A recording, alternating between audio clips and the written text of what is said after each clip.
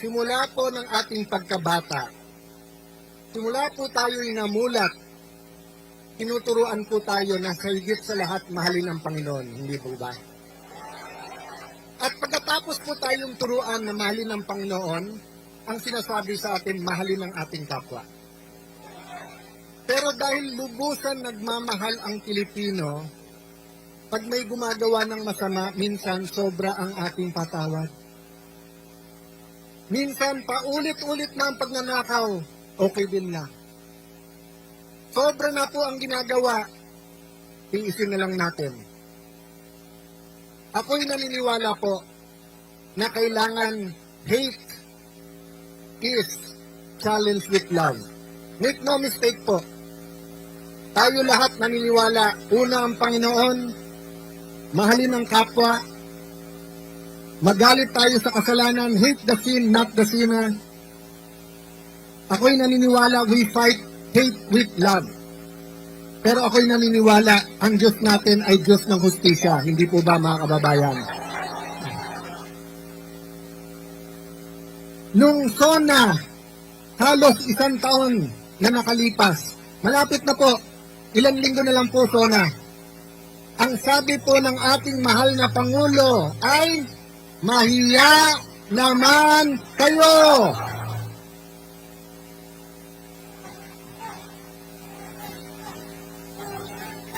Yung iba po, yung iba ay nagkaroon ng pag-asa. Hoy, finally, after 3 years, yung bali-balita sa kalye na 20% na, 25% na, 30% na, 40% na ninanakaw, umabot na rin hanggang Malacanang ang balita. Nagkaroon po ng pag-asa ang ating mga kababayan. Kasi baka naman, dahil po siyempre, iba pag Pangulo ka, iba pag nasa taas ka. Hindi po ba? Kayo po ay napaka-bless. Bakit po? Ang isang Pilipino, pag sumulat po sa inyong tagapamahala, kahit na saan po sulok ng bansa, nakakaabot. Pag may naaapi na kapatid, nakakaabot at inaaksyonan.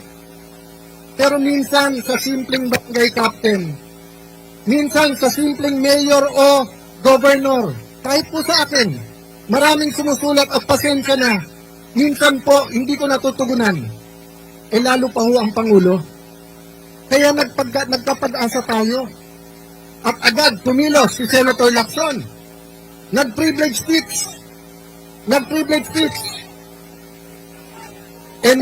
Nag-hearing na si Senator Marcoleta noon. Sabi ko kay Senator Marcoleta, Sir, bawal mag-privilege speech kapag ka hini-hearing na. Dapat sa hearing. Mabait po si Senator Marcoleta. Sabi niya, aangal ba? Hindi, baka naman makatulong sa atin. So nagkaisa kami sa minority noon. Sige, kahit na bawal ang ginagawa, kung makakatulong sa bansa, kung mahanap ang magnanakaw, kung ang kadiliman ay mabibigyan ng ilaw, okay na. Nag-speech po siya. Na-reveal yung mga ghost. Pagkatapos sinabi, 400 yung ghost, 1,000 na yung ghost. Ang daming in-expose. And then, pinalitan si Senator Marcoleta. Nung pinalitan si Senator Marcoleta, ang mastermind ay senador na lang.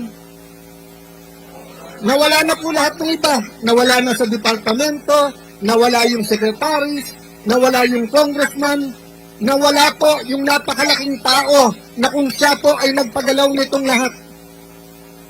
Pero sabihin nyo, kapatid na Alan, bias Hindi po. Si Ombudsman Boying Remulla mismo nagsabing, meron mastermind. Sabi po ni Ombudsman, meron mastermind. Ano po ang sabi? Ano po sabi ni Senator Lacson? Walang mastermind. So mga kapatid, malinaw na malinaw po na ang unang nagbigay ng pag-asa sa atin na Pangulo mismong sabing mahiya naman kayo. hindi na po sila nahihiya. Sa totoo lang po, kawalang hiyan na ang ginagawa. February 4 po, ipepwesto po namin si Senator Legarda bilang Senate President. 30 minutes before 3 o'clock, tumahimik ang buong Senado. Bakit po? Nagtawagan na galing sa mga tataas na opisina at sinabi sa mga senador, hindi na kayo makukulong, bawiin nyo lang pirma nyo. Huwag nyong papalitan si Tito Soto. Yan po ay recorded, yan po ay alam ni Jinggoy Estrada, yan po isisiwalat niya sa tamang panahon. Ang sabi po sa amin, wag lang si Loren. Hindi na namin tinanong bakit. Sabi ni Loren Legarda, Alan, anak ko lumalaban. So baka yun ang dahilan. Pero okay lang, Alan. Okay lang, sinabi niya sa amin lahat. Magtiis tayo, magtrabaho, pero sabihin natin, wala nang lokohan. Walang lokohan sa flood control, walang lokohan sa tsa-tsa, walang lokohan dito sa datating na impeachment. Ano po nangyari? Araw-araw pa bago-bago, sasabihin ni Senator Lacson, walang report. Tapos may report. Tapos may mastermind. Hindi, kasama na. Hindi kasama si Romualdez, kasama si Romualdez. Tapos, nung sinabi ng isang witness, eto yung mga sekretary, nag-deliver. Lumabas po, di ba? Yung mga Marines. O, ano sabi ni Senator Lacson?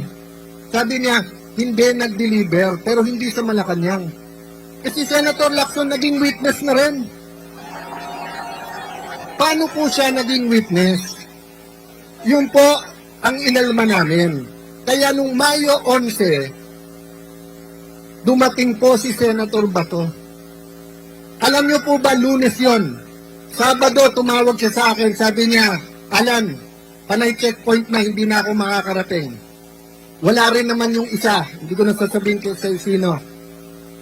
Sabi ko, Kuya, yung isang yon pang 14, pang 13 ka. Sabi niya, ganun ba? Sige, pagdadasal ko. Alam niyo po, nung sinabi niyang pagdadasal ko, naramdaman ko. Naramdaman ko na hindi yun yung parang, may pag-asa ba? May pag-asa. Pero tingin mo walang pag-asa. Hindi yung parang, boss, laban, pagdasal natin. Hindi po. Naramdaman ko yung sincerity, ipagdadasal ko. Lunes ng umaga, alas 10 ng umaga tumatawag. Sabi ko, Sen, kung dadating ka, Alan. Hindi, Sen, gusto ko lang malaman mo kung dadating ka. Eto, Sen, makinig ka. Sabi ko, ano yun, Kuya? Nandito na ako, sunduin mo na ako. So, napagdasal niya at alam niya tamang gagawin. Akalain po ba namin? Puno na ng NBI ang Senado. Mahigit 20 operatives na sa loob na po ng Senado nakakalat na. Mismong pong si President Tory Aquino nung nagkaroon ng kudeta. Mismong Senate President niya na si Senate President Salonga, hindi pinayagan na kunin si Senator Enrile, former Senate President Enrile sa loob. Pinayagan mag-privilege speech muna tapos nag-surrender. Kahit na naniniwala sa panahon na yon na walang kasong rebellion complex with murder. Ngayon naman po may bagong kaso, plunder complex with campaign donation. Kung pandarambong po ang pag-accept ng campaign donation, hindi po bribery ha, iba po yung bribery. Yung may tatakbo, may kailangan kontrata, eto.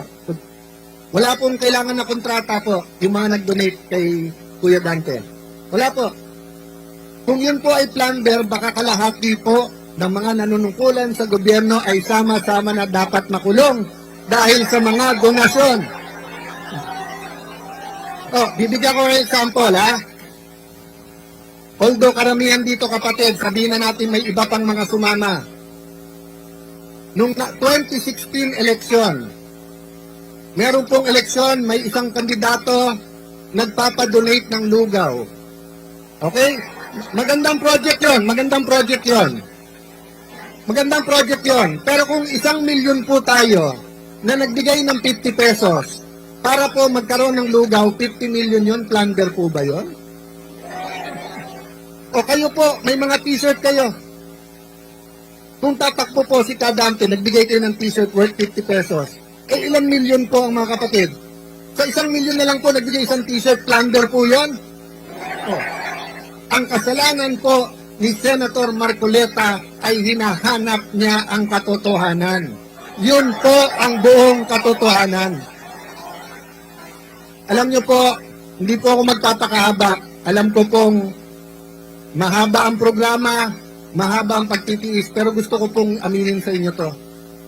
Kaninang umaga, nung pinapanood ko yung video at malakas ang ulan at hindi po umaalis, tapos may konting kaguluhan, nagsisigawan, "We are one."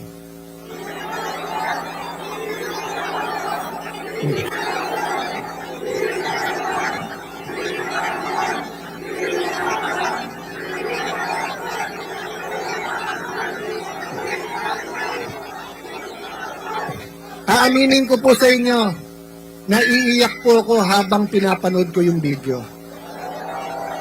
Alam niyo po bakit ako naiiyak? 15 anyos po, nandito ako sa EDSA. Maka-Marcos po ako eh. Nung bata po ako. Assemblyman po ang tatay ko, 4 lang silang nanalo sa Metro Manila. Nung grade 5, grade 6 kami po, 3 lang ang suntukan. Pareho kayo ng crush, Crispa Toyota o Marcos Aquino. Yun lang po, yung suntukan sa amin. Linggo-linggo, yun lang 3 ang pinagkakasuntukan. Inuunahan mo ako sa crush ko, mas pogi ka, ako, Crispa ako, Toyota yung mga kakasi ko, o kaya, wala pang Ginebra nun, Toyota pa nun, o kaya, Aquino o Marcos. Pero dumating po ang panahon na kailangan sabihin, tama na. Tama na. Tama na. Tama na. Diba?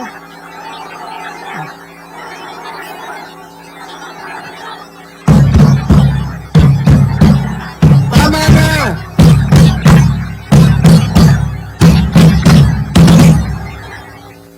Noong 2023, halos 1 trilyon piso ang DPWH. Ang flood control mahigit 300 milyon. Ang maintenance ng roads, unang beses, 1/3 din ng budget, mahigit din 300 milyon. Usually, 70% ng budget ay bagong kalye, bagong tulay, bagong building. First time po noong 2023. Flood control at saka maintenance. Ang maintenance po hindi pa iniimbestigahan hanggang ngayon. Hindi pa rin po natuwa, 2024, wala pa rin nagsabing tama na. Ganun na naman ang ginawa. DPWH pa lang ho yan, wala pang DOH yan, wala pang Department of Agriculture yan, wala pang BIR yan, wala pang LTO yan, walang smuggling pa yan.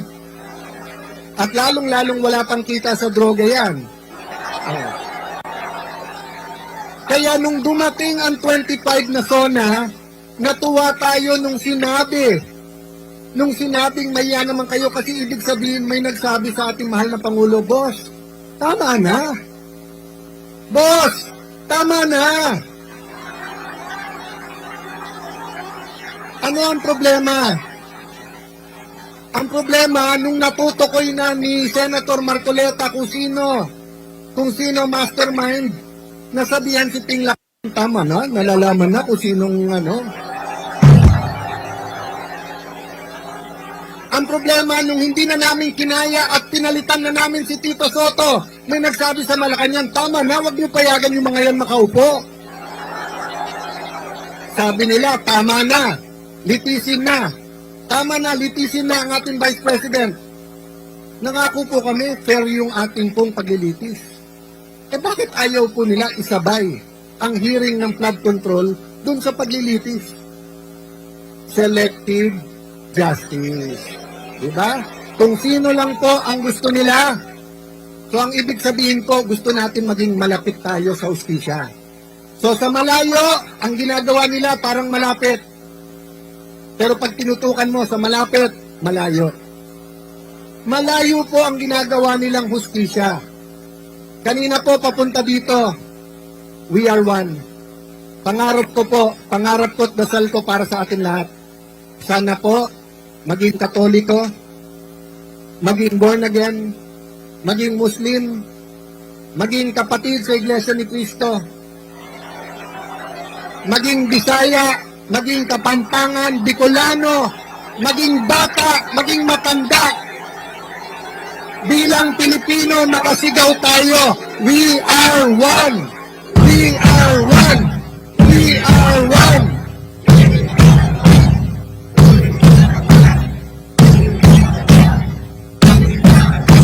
Baka pumayag po kayo na makulong si Senator Marcoleta na hindi naririnig ng bansa na karamihan kung hindi tayo lahat ay sumisigaw ng we are one. Okay lang po. Pagkatapos po ni Senator Marcoleta, isa-isay na po kami. Kasi ngayon, dalawa na po ang nawawala sa kasamahan namin. Sinasabihan na si Senator Bongo, lalabas na warrant mo. So 21 na lang. Sinasabihan na si Senator Marcoleta, ikaw na susunod ngayong linggo to. Ilan na lang yon? 4, 20 na lang. Oh, sabi ng ombudsman, maaring 2, 3 senador. 13 na po sila.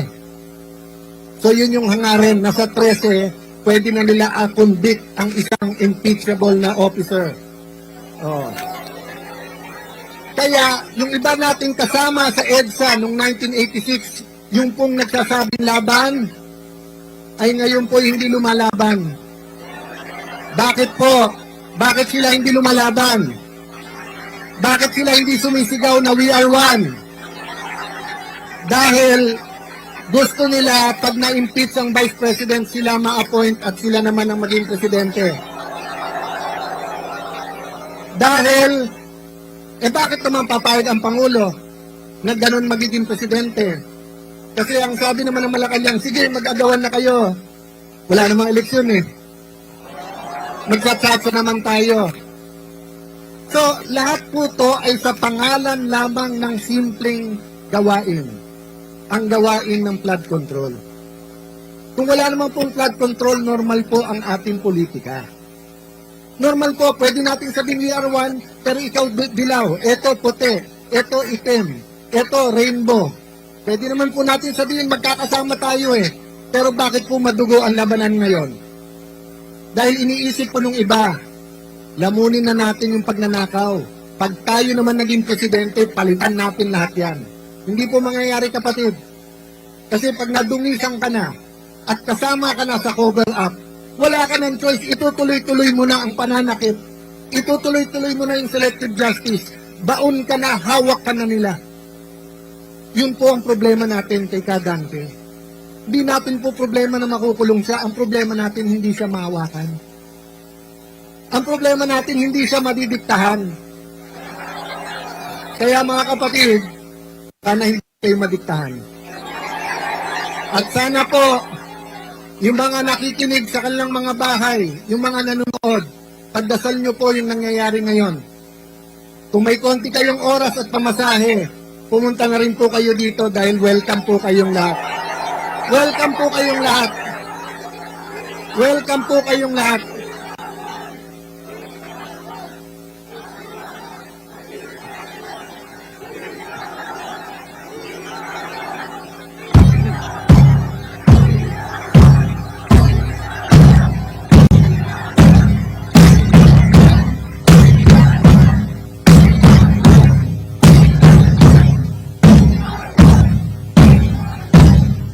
Yung mga nabasa kanina, yung mga papawisan, pag uwi nyo yung t-shirt na to, lalaban nyo, di ba? You will wash it. Pero tingnan yung t-shirt.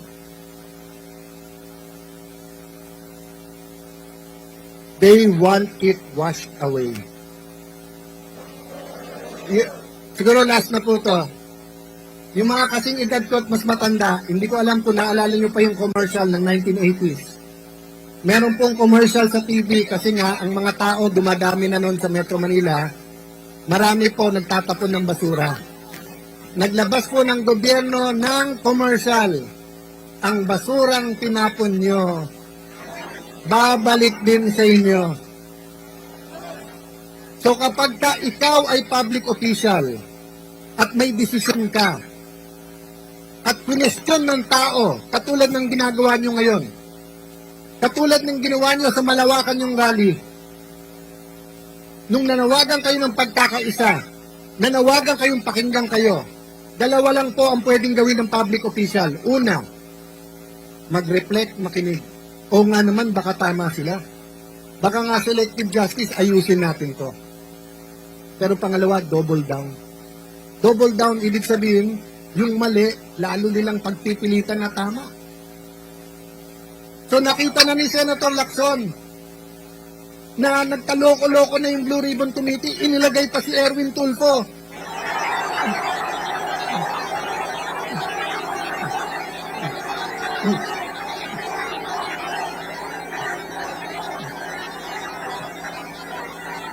Tapos sabi ni Erwin Tulfo, nung siya po ay pinagbintangan ng 18 ex-Marines, huwag kayong mag-alala mga kababayan.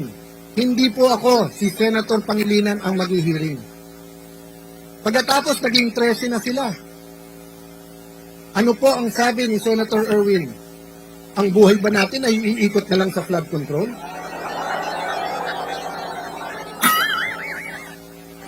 Pagkatapos nung nakawin, ang mahigit 100 bilyong piso, ang trilyon-trilyong piso, sasabihan nyo kami, ang buhay ba natin iikot na lang sa investigasyon?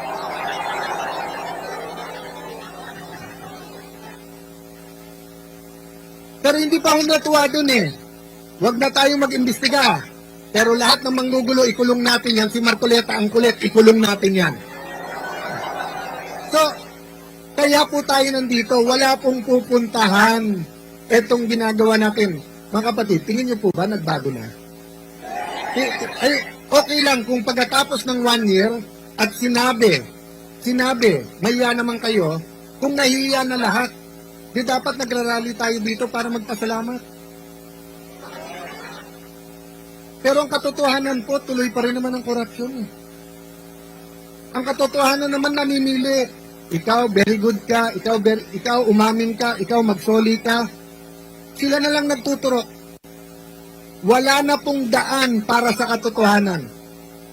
Sabi nila, hinaharang natin ang daan. Oo. Bakit? Hinarang nyo na yung daan ng hustisya. Di harangin naman namin ang EDSA. Ang sabi nyo, napeperwisyo ang traffic. Totoo po yun.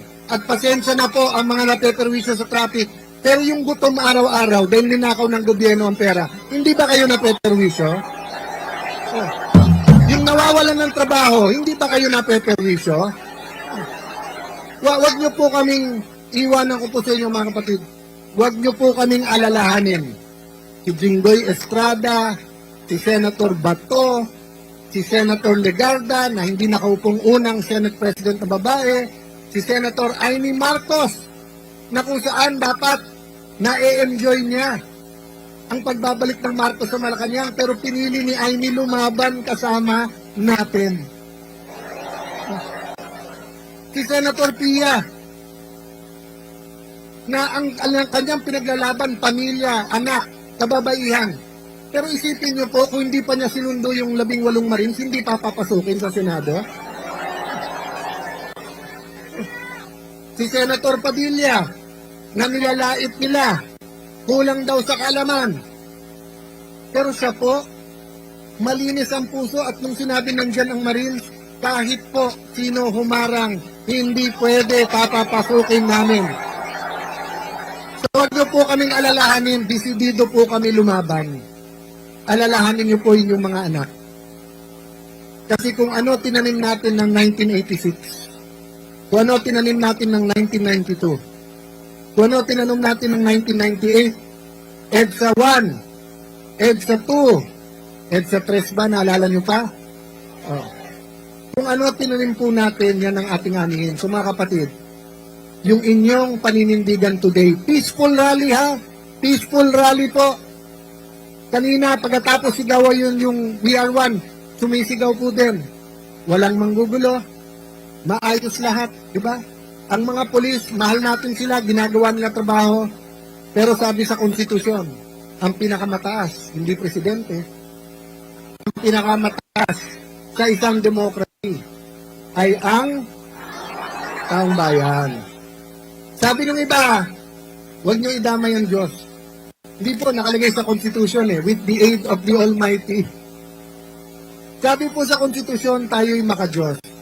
So mga kapatid, tuwing sisigaw kayo ng We Are One, sana maalala ng bawat Pilipino. Anuman ang ating edad, anuman ang ating kakayanan, anuman ang ating trabaho, anuman ang ating sport, anuman ang ating kapansanan, anuman ang ating religion, sana dumating ang araw na lahat ng Pilipino ay pwedeng sumigaw ng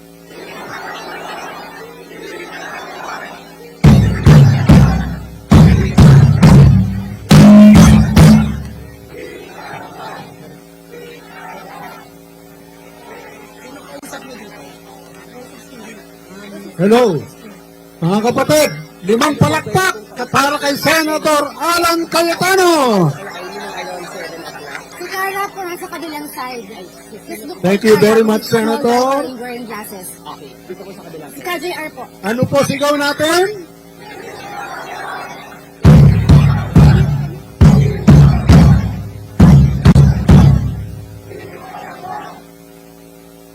Okay. Ang